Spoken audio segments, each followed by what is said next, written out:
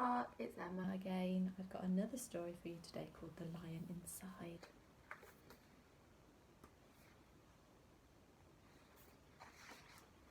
The Lion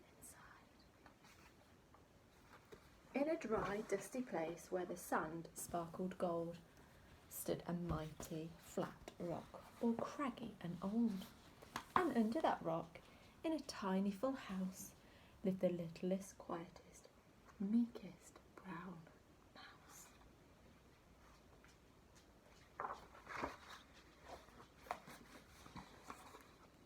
He was so very tiny, so incredibly small, that nobody noticed him ever at all.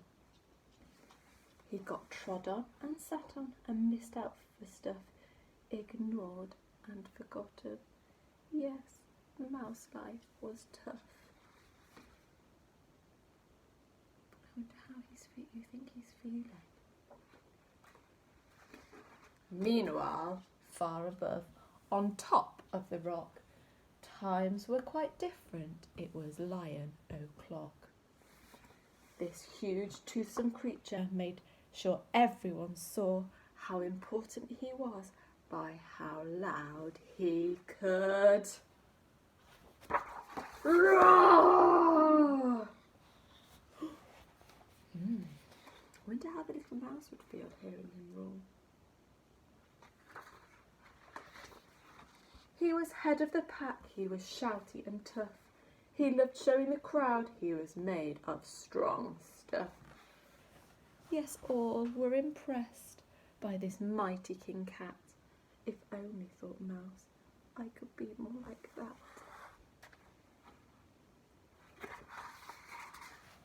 Then, late one dark night, in his Minnie Mouse bed, the cleverest thought popped into his head. He jumped from the covers and held up a paw.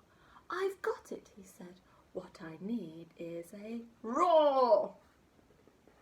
I mean, what if this mouth, with the weeniest squeak, was a little more grrr and a little less meek?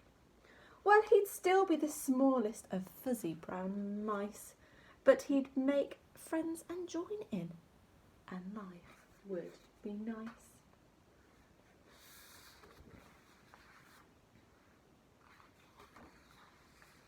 Yes, thought the mouse, I must find out how. I will learn how to roar, and I will learn it now. But, gulp, oh my gosh, there was only one beast who could teach him this thing, but might make him a feast. It was time to be strong, take a chance after all. Forever was such a long time to feel small. Do you think he's going to be brave? What do you think he's going to do? So he made himself brave, and he thought like a winner. He set off for the top, hoping not to be dinner. It felt like the scariest thing he could do, but if you want things to change, you first have to change you.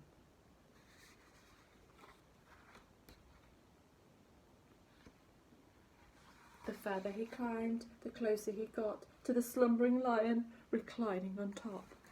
Then at last, as he stood on his tippy toes, he found himself suddenly nose to... Uh-oh, I didn't want to look. Have a sneak peek. What do you think is going to be nose to... Nose! Gulp, pardon me. Wake up, Mr. Lion, you've got company. Squeak, Mr. Lion. What I've come to you for is squeak. Do you think you could teach me your roar? How do you think the mouse is feeling? I think he's been very brave. He's trying to find the lion inside of him. A silence befell that twinkling plain. Lion opened his eyes and puffed out his mane. Time slowed right down.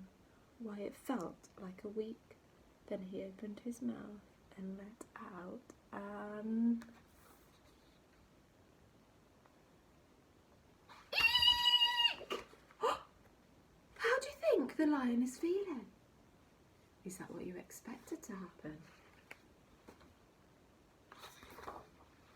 The lion was shaking, his paws all a fumble. He was backing away with a scrambling tumble. "Don't hurt me," he whimpered. "Oh, try to be nice." Well, my goodness, the lion was frightened of mice. "Don't worry," Mouse peeped. "I'm a friend, not a foe. Let's rock this together. We'll have fun, don't you know?"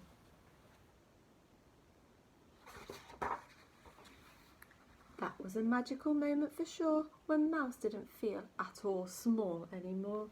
He had found his true voice and learned to speak out, and for that you don't need to roar or to shout. And from that day and always the two were a pair. They both liked that rock better now that rock was to share. The mouse, while still little, felt big in his head, and Lion, he still roared, but with laughter instead. Ha ha ha ha ha ha ha. Yes, that day they both learned that no matter your size, we all have a mouse and a lion inside.